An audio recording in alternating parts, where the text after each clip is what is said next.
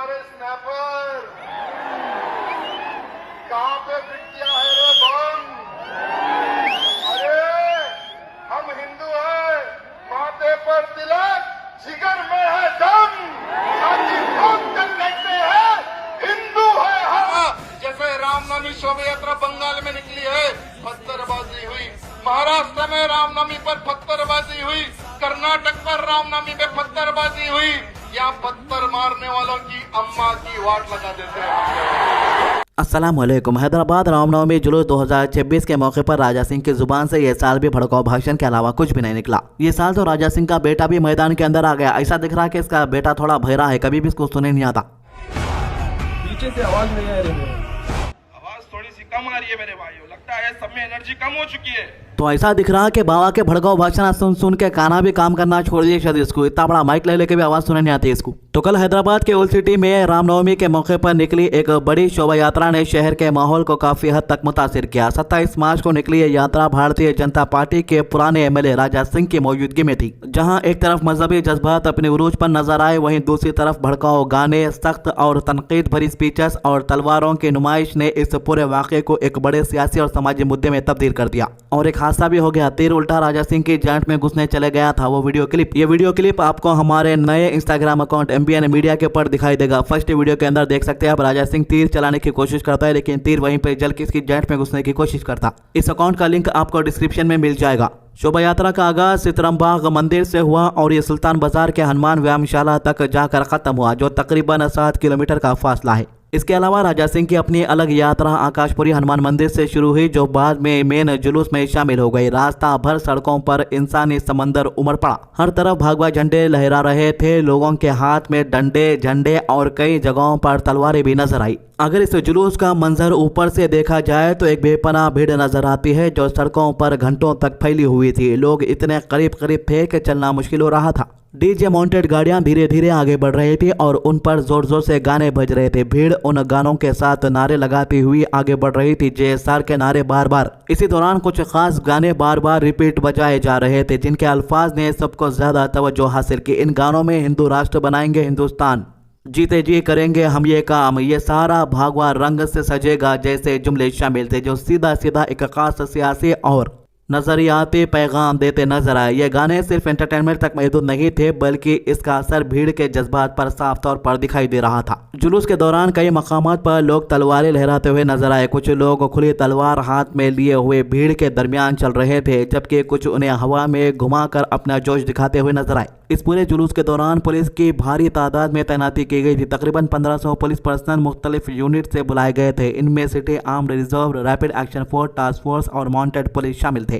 Sensitive इलाकों में खास नजर रखी गई थी और रूट के आसपास हर हरकत को मॉनिटर किया गया। एडमिनिस्ट्रेशन ने एहतियाती तदाबीर के तौर पर रास्ते में आने वाली मस्जिदें, दरगाह और चिल्ला को कपड़े से ढक दिया था, ताकि किसी किस्म का तनाव या टकराव पैदा ना हो। क्योंकि इससे पहले जब इन्हें खुले छोड़ दिया गया था मस्जिदों को, तो कुछ लोग जानबूझकर इनमें शराब की बोतलें फेंक रहे थे, इनमें गंदी गंदी चीजें फेंक रहे थे, यहाँ तक कि होली के रंग भी डाल रहे थे। सीनियर पुलिस ऑफिसर, जिनमें हैदराबाद पुलिस कमिश्नर और जॉइंट कमिश्नर भी शामिल थे, इन्होंने पहले ही रूट इंस्पेक्शन किया था और सिक्योरिटी अरेंजमेंट्स को फाइनल स्टेप दिया था। इन सब के बावजूद जुलूस के दौरान होने वाली स्पीचेस और नुमाइश ने काफी बहस को जन्म दिया है। राजा सिंह ने एक माउंटेन स्टेज से भीड़ को खिताब करते हुए काफी सख्त और प्रोवोक करने वाले अल्फाज इस्तेमाल किए। राजा सिंह ने अपनी स्पीच में कहा कि हिंदू आबादी तेजी से कम हो रही है और जहां भी ऐसा हुआ है वहां वो इलाका इस्लामिक मुल्क में तब्दील हो गया।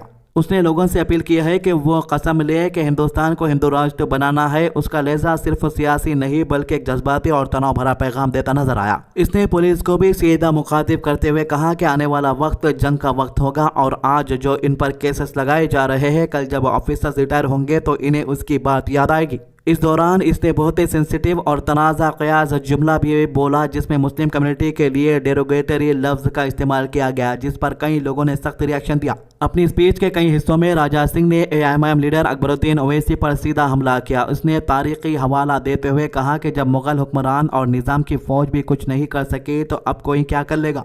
लिंडू ने अपने अल्फाज में कुछ ऐसे लफ्ज भी इस्तेमाल किए जो नफरत और तनाव को बढ़ावा देने वाले समझे जा रहे हैं। तेलंगाना असेंबली के बजट सेशन का जिक्र करते हुए राजा सिंह ने इल्जाम लगाया कि एआईएमआईएम लीडर्स ने वंदे मातरम बजने पर वॉकआउट किया। इस बात को लेकर इसने मजाक और तनकीद का लहजा अपनाया और कहा कि अगर ये कौमी गीत नहीं गाएंगे तो इन्हें जोर जबरदस्ती से भगाया जाएगा। ये अल्फाज भी काफी तनाज़े का सबब बने। इतना ही नहीं, राजा सिंह ने अकबरुद्दीन ओवैसी के एक पुराना स्पीच यानी 15 मिनट के स्पीच पर एक भड़काऊ बयान दे दिया। 15 मिनट नहीं 15 दिन दूंगा, अरे मुझे 15 दिन नहीं 15 महीने दूंगा, अरे मुझे 15 दिन नहीं 15 महीने नहीं 15 साल दूंगा। अरे साले, मुझे 15 साल नहीं 15 जन्म दूंगा, 15 जन्मों तक भी अरे तेरे मुगल हमारा कुछ उखाड़ नहीं पाए, तेरे निजाम की सेना हमारा कुछ उखाड़ नहीं पाई। तो अरे ओवैसी कटमुल्ले तू हमारा क्या करेगा?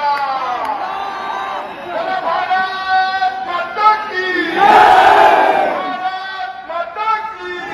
बाबरी मस्जिद और अयोध्या राम मंदिर का भी जिक्र इसकी स्पीच का अहम हिस्सा रहा। इसने कहा कि इसने मुगलों के सीने पर बैठकर भगवा झंडा लहराया और बाबर की कब्र हटाकर मंदिर बनाया। इसने इस बात को अपनी जीत और फख्र के तौर पर पेश किया और कहा कि आगे भी ये ऐसे ही कामों को करेगा, इसे कोई नहीं रोक सकता। स्पीच के दौरान इसने अपने ज़ाती ज़िंदगी का भी जिक्र किया और कहा कि इसे 2 दिन पहले धमकी मिली है कि इसके बेटे को अगवा कर लिया जाएगा। इसके बाद इसने अपने बेटे को स्टेज पर बुलाया और कहा कि अगर इसे कुछ हो जाता है तो इसका बेटा इसका मिशन जारी रखेगा। साथ ही इसने खुलेआम चैलेंज दिया है कि अगर किसी में हिम्मत है तो इसके फैमिली को हाथ लगा कर दिखाए।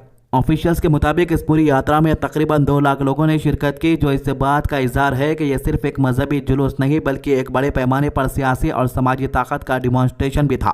इस दौरान कई जगहों पर ट्रैफिक भी मुतासिर रहा और आम लोगों को मुश्किलात का सामना करना पड़ा। कहाँ है रे तुम्हारे स्नैपर?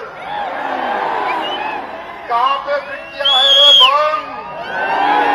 अरे हम हिंदू हैं, माथे पर तिलक, जिगर में है दम, साथी ठोक कर कहते हैं हिंदू है हम, हिंदू है हम।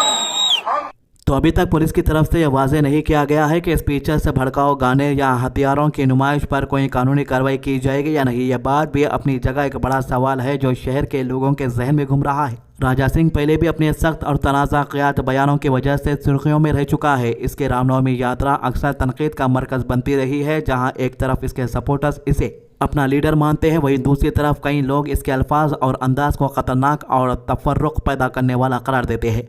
आपको बता दूं कि ये पूरा प्रोग्राम कल सुबह से शुरू हुआ तो रात के 2 या 3 बजे तक चलता रहा, जबकि पुलिस ये कहती है कि 12 बजे के बाद डीजे नहीं बजाना चाहिए, लाउड स्पीकर का इस्तेमाल नहीं होना चाहिए। तो ये पूरा वाक़या हैदराबाद के सियासी, समाजी और मजहबी माहौल पर गहरा असर छोड़ रहा है। लोगों के दरमियान बहस जारी है कि क्या ऐसे जुलूस और स्पीचेस अमन और भाईचारे को मजबूत करते हैं या फिर तनाव को बढ़ावा देते हैं। फिलहाल शहर में सुकून कायम है, लेकिन ये वाक़या आने वाले दिनों में सियासी गुफ्तगू का एक अहम मरकज बन सकता है। तो ये थी अभी तक की अपडेट। आज की अच्छी बात, हुजूर सल्लल्लाहु अलैहि वसल्लम ने फरमाया, क़यामत उस वक्त तक कायम नहीं होगी जब तक रूह ज़मीन पर अल्लाह अल्लाह कहा जाएगा। तिरमिज़ी 2207। हमारे चैनल को सब्सक्राइब कीजिए, वीडियोज़ को ज़्यादा से ज़्यादा शेयर कीजिए। अल्लाह हाफिज़।